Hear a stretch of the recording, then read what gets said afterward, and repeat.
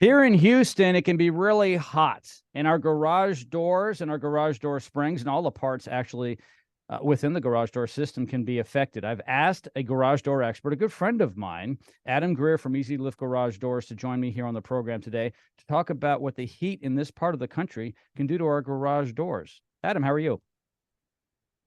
I'm doing great, Joe. Thanks for having me. Yeah, it's great to have you here.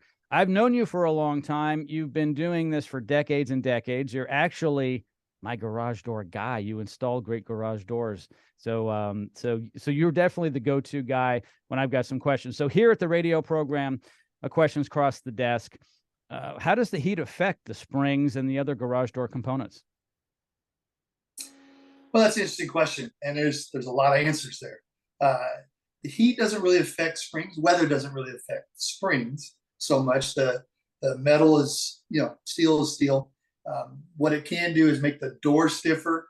Things like the jambs swelling and contracting, in different weather extremes, can affect the way the door functions. Rollers, different types of rollers, how heavy if you're heavy gooping them with grease, that's a in the winter that's a bad thing that stiffens up. But in the summer, it makes that stuff, just liquid almost sometimes. And you go in, it's just a disgusting mess. So it's to say that the heat necessarily affects the spring.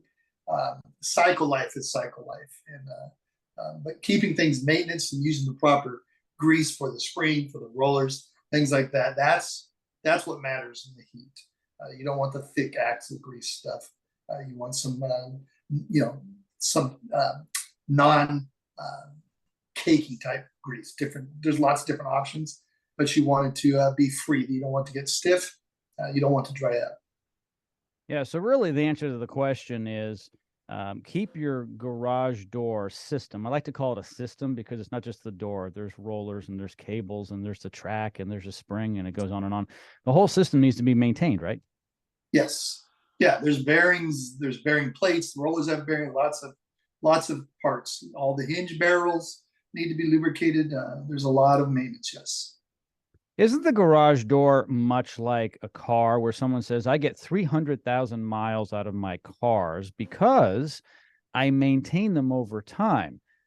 Isn't it true for a garage door? Because those panels, they'll last forever, right? As long as they're Yeah. taken care of.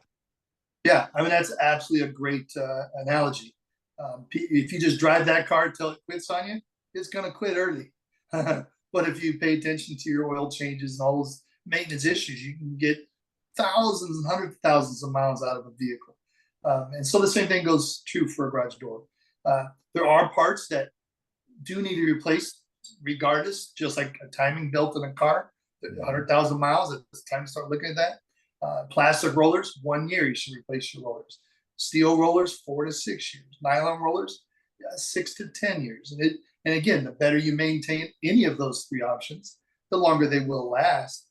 But so you have parts that need to be replaced just on schedule, and then if you're not maintaining, those schedules get altered by poor maintenance. Yeah, no, it's really that simple. So it's really hot here in Houston.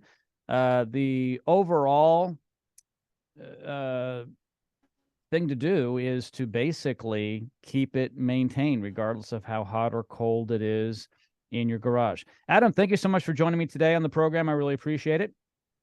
My pleasure. Thanks for having me. All of Adam's information is located in the description of this podcast. His website is one click away.